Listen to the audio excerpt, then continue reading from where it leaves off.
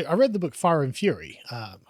Forget the author now, but and I actually caught a lot of flack from the MAGA supporters online for saying, I actually think this is probably more representative than people would like to admit, because there's no doubt that under the kind of pressure that Trump was under when he came into office, and as you say, the sort of dearth of reliable men and women on side, and the number of political appointments, there's no doubt there's going to be all sorts of agents of chaos who have to fill some sort of role. And so I was not surprised that it would be portrayed by the author as being a chaotic time. How accurate did you think it was? So I can tell you that most of it was fabulous, wet dreams of the fake news industrial complex.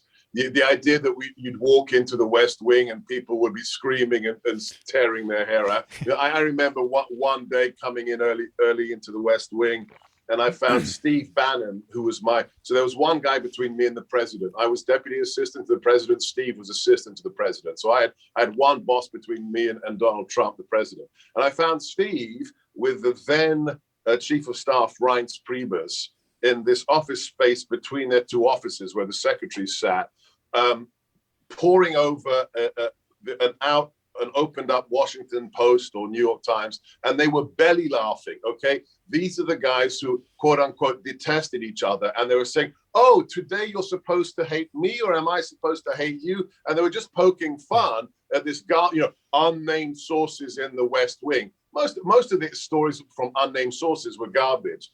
But I'll modify that with two things. Donald Trump's style of leadership is quite unique. He's not interested in yes men. And I'll give you an example. So he hated the Iran deal. He thought Obama's JCPOA that gave $140 billion to the murderous Mullahs was bad, and he wanted to kill it. And one day he called me and Steve into the Oval. He called us his heavies, and he had members of the cabinet arrayed in front of him. He had Tillerson, the Secretary of State. He had H.R. McMaster, the National Security Advisor. He had the Treasury Secretary, Mnuchin.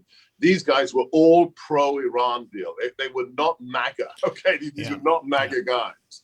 And he said, okay, Seb, why do we have to get out of the Iran deal? Yeah. And then we deliver, we unload both barrels.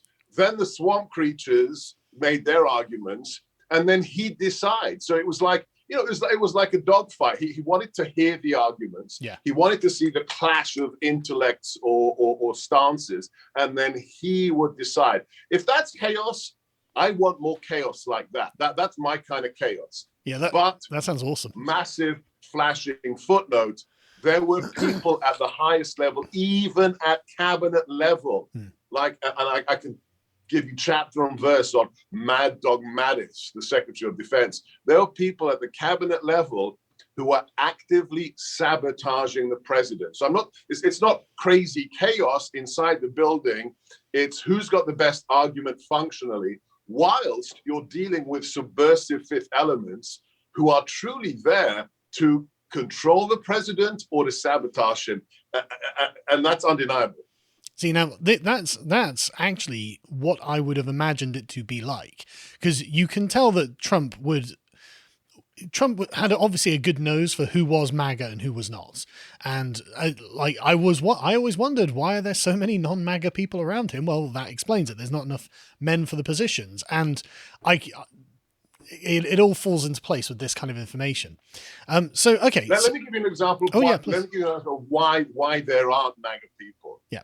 So what people forget about 2016, and it's quite remarkable, I find it amusing that an immigrant like myself with the accent I have has to remind my fellow Americans what happened exactly 5 years ago.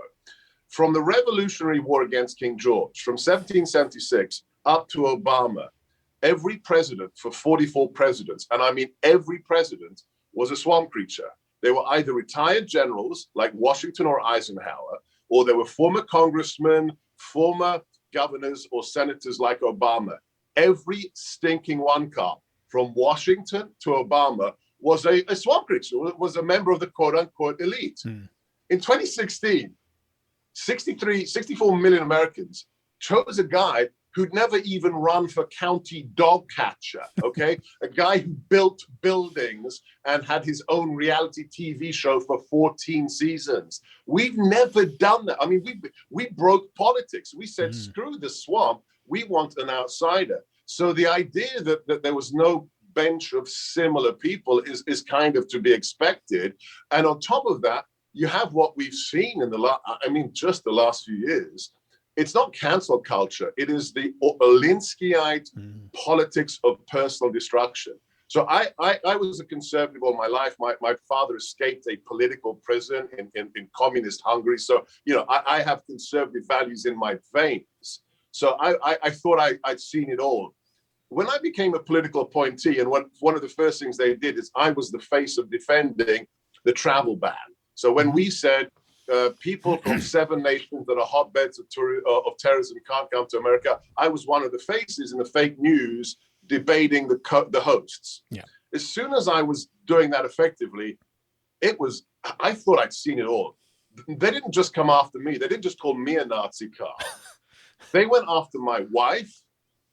They went after my 18-year-old son in high school with an article that called him a traitor in the headline of the article.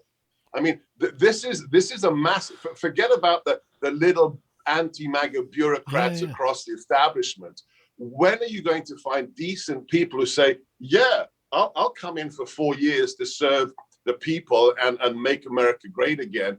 The left has been incredibly successful in just targeting people who are decent and to say, it's not worth your time. Just you stay there in the private sector. So this again, the cancel culture on steroids is something we really have to get a grip on.